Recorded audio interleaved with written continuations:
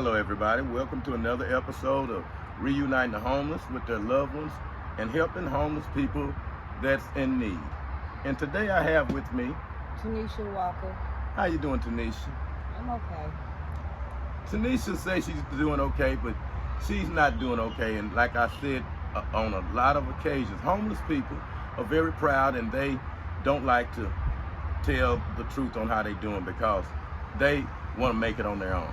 So Tanisha, tell us, where are you originally from? I'm originally from California. I was born in Dallas. I moved down here when I was like 20. And me and my mother, she moved away to Arkansas after she got married. And my daughter went away with her baby daddy and her kids. Then she left me out here by myself. I've been out here for 7 years, struggling. I'm not doing okay. I'm really lonely. I had a boyfriend who left me out here, roaming off to where now I'm out here by myself totally. Only person I have is God, but that seems like he's working fast enough. Oh, I can understand that. And so you had a boyfriend, and it didn't work out. Did he have a place or was he homeless? Yeah, he had a mother and a father. He had a place. They wouldn't let me stay with them. You know, he could go home, but they didn't want me there. So I stayed out here, and he chose to, I guess, go back home or wherever he went. But I'm out here by myself. And I just want to say, you know, anybody's out there that rile up Evans, because that's where I be on Evans, that could help me donate some clothes or any kind of money, food, hygiene, please come help me. How have the Samaritans been treating you out here? Tell us, how is it to be a homeless woman? You're a very, very beautiful woman, and I know it's tough out there. So how is it out here? Could you tell us a little bit about that? It sucks, because even though I may still look some parts of beauty, you say, they don't treat me like that. They treat me very bad, poorly. You know, I get a lot of doors slammed in my face, a lot of no's. Then I get some yeses, you know. Some people may stop on their own, but very few. Homeless people are looked down on. I don't want to be looked down on. I didn't choose to be homeless. It just came to me this way. And this is what I want everybody to understand. I want you to know through the eyes of a person that's homeless, what it is to be homeless and the struggles they have to go through, especially being a woman. How do you find shelter every night? I don't. I sleep outside on the ground or under a bridge. Under bridge. As much money as this country makes, and as much money as those of us that's doing well make, we should do better than this toward our homeless people. This is unacceptable. Do you? I know right now we have an election going on, and I know that we should do more for the homeless. What would you like to say to the people who have the power, like the senators and congressmen? What would you suggest would be a good thing for people to do to really help homeless people? I think they should cut homeless people homeless checks every month. At least $150 or $200 a month to help us get some shelter sometime and food in our bellies sometimes when we can't get in the shelters and things like that when it's cold. You know, like now it's too hot and we don't have families to turn to. You know, have some kind of resources that we could go throughout the day to get out the heat, to change, to shower, to, you know, just do the normal things that an everyday civilian person do. I talked to some people that was homeless, and they said that they prefer living outside than living in the shelters because of the treatment inside the shelters. Have you ever lived in those shelters? I tried, and they are very, very poor treated. They treat them like handicapped kids. I heard that. I've seen people down at the shelter that couldn't get in outside the shelter and taking a bath in a puddle of water. Yes, I've- I do it every day. America, we want everybody to know the real stories, not nothing made up. This is what goes on in the life of a homeless person. And we have men and women and young kids that's homeless. You have any homeless other friends that you maybe try to be friends with and kind of a support group or what? A lot of them. Throughout the years, I've rubbed shoulders with many homeless people from Lancaster, Riverside, Berry to now Evans. And to me, I've been seeing a lot more homeless people showing up around. Have you noticed more homeless people? Yes, they come in from different cities, different towns. So this is what's happening. The homeless people are on the move, and you seeing more and more from all races in neighborhoods. Yes, I've seen a lot of them, a lot of different homeless faces now. yes, it is. Even my face. Yeah, and I'm sorry you're homeless, and I'm gonna do whatever I can to help.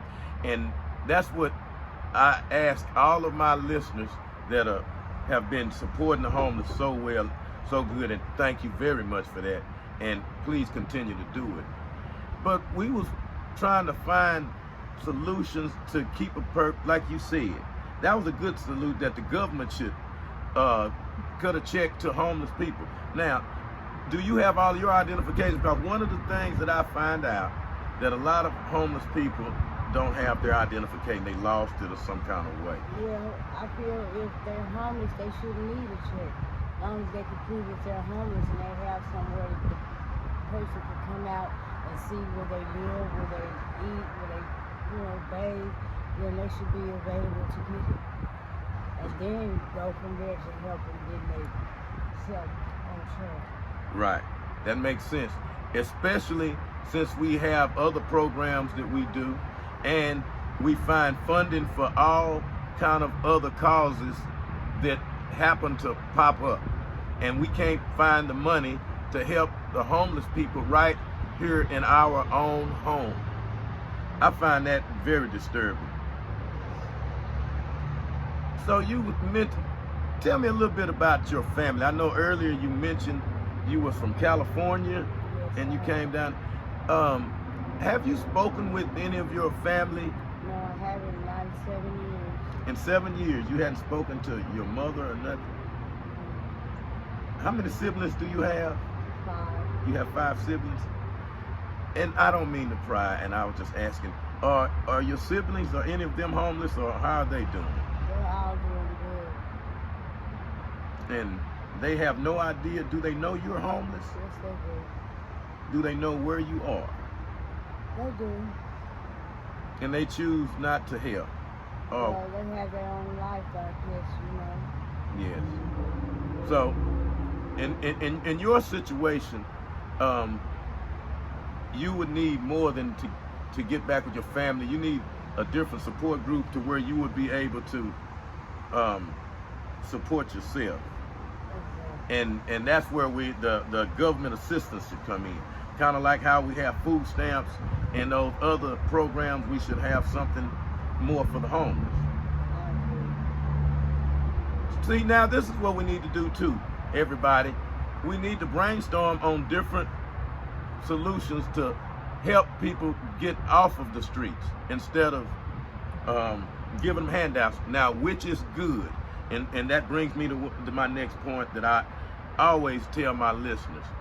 When I have someone that's in real need, and all homeless people are, I like them to tell them where they primarily be located. And I know you mentioned that earlier, but I like to reiterate it because I've been hearing from my homeless people that Good Samaritans have been stopping by, helping, bringing different things from water to clothing to money. And some has actually stepped up and put some homeless people in hotels, motels for a couple of nights. So tell everybody your name again right now and tell them your primary location. My name is Tanisha Walker, and you can locate me on Evans, up and down Evans, sometimes Riverside, Berry, or Lancaster. I walk all four sometimes, depending on which one I can get help from that day. And one other thing that I like to bring up that people don't know is that homeless people are willing to work and they have skills. Yes, we do. And that's another thing I like to bring out. When I have someone, I would like for them to let you know also the different type of things they can do, whether it's doing hair, or are you good at laundry, or whatever your skill is. Let everybody know, because every homeless person that I have talked to is willing to work and get back into the workforce. So give us a little bit about your skills, if you don't mind. Well, I mean, it's really not nothing I can't do. I can do everything from home health care to cutting yards, hair, babysitting, washing clothes, painting. It does not matter, you know. So you can do home health care. I can do it. Yes, I can. Now, I know they have a lot of people out there that's in need of a home health attendant. So, America, I want everybody to remember that's one of her skills, that she is good at being a home health attendant. And what else did you say? Because I want them all to know everything. Painting. You paint? Yeah, I can paint. Really? Tell us. Oh, I don't mean to cut you off, but I find that fascinating. You paint? Yes, I can. Really? So how long have you been painting? I've been painting for a while, you know. Your whole life? On and off job, not my whole life, but just like when somebody needs help with something, I see that, you know, need help. I'm willing to help them. I have helped them. Okay. You know, I did a lot of things. Cut yards. It's no limit to Wait a minute. working. You mean to tell? Oh, I didn't mean to. I'm sorry for cutting you off. Okay. But you are willing to cut yards? Yes. Wow. Do you see the spirit that homeless people have? They are ready to get back in the workforce. This lady is willing to cut yards. How are you in like the laundry? Because I know a lot of people take their clothes to the laundry and it'd be time consuming, and they would love to have someone that they can have do their laundry. How good are you at folding and ironing and stuff like that? I can do it all. I have 3 kids that are grown. Really? Yes. How old are your kids, if you don't mind me asking? 28, 24, and 26. Is that right? Yes. How are your kids doing? They're doing great. I just try not to impose my life on them because I made the choices I did to bring me to where I am. So I don't want them to worry with them and their families. I'm trying to get myself back on my feet. That's awesome. So, your children, do they have kids? Yes, sir. So you are a grandmother. Yes, I am. Wow, that is awesome.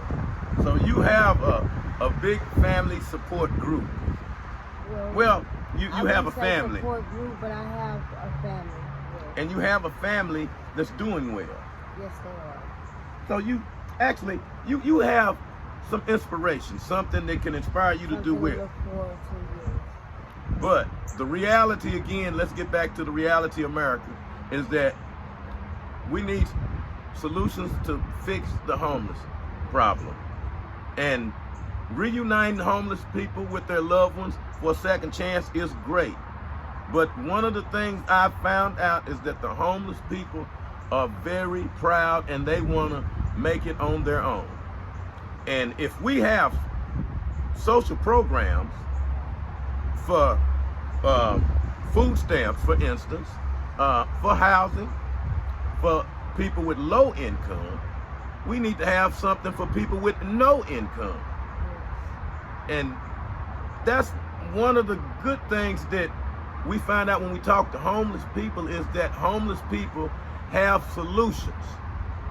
And that is a great solution. And I'm not going to hold you much longer because I find it very fascinating, and my listeners really like to take a journey inside the eyes of someone that's really homeless and find out that it is serious out here, especially for the women. And have you ever been attacked out here? Because I've heard stories about the predators that prey on the homeless people, even homeless people preying on other homeless people. Yes, I know. And there's no one out to help to police this. Most of the time, no. That's another problem with this. That's why we as Americans have to do something about it, because it's a whole different world out there with the homeless people, and you have predators inside the homeless community. You have people that's homeless preying on homeless people, and you have people that are not homeless preying on homeless people. That's right. And that is something that we will not tolerate. We cannot have people victimizing the victims. So, America, when you see someone homeless, treat them the way you would like them to treat you. And remember, this could be your mother, your father, your sister, your brother, or your cousin or aunt. Because we're all families here on earth. So, thank everybody for listening, and thank you for telling us your story. And is there anything you would like to say if your family happened to see this? What would you like to say to them in closing?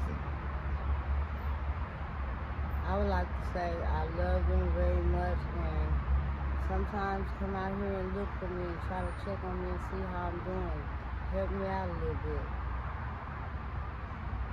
Thank you very much. And I ask the parents and the family to do that also. Because remember, this could be us. Thank you, everybody. Thank you for all the support and everything y'all have been doing to help the homeless people.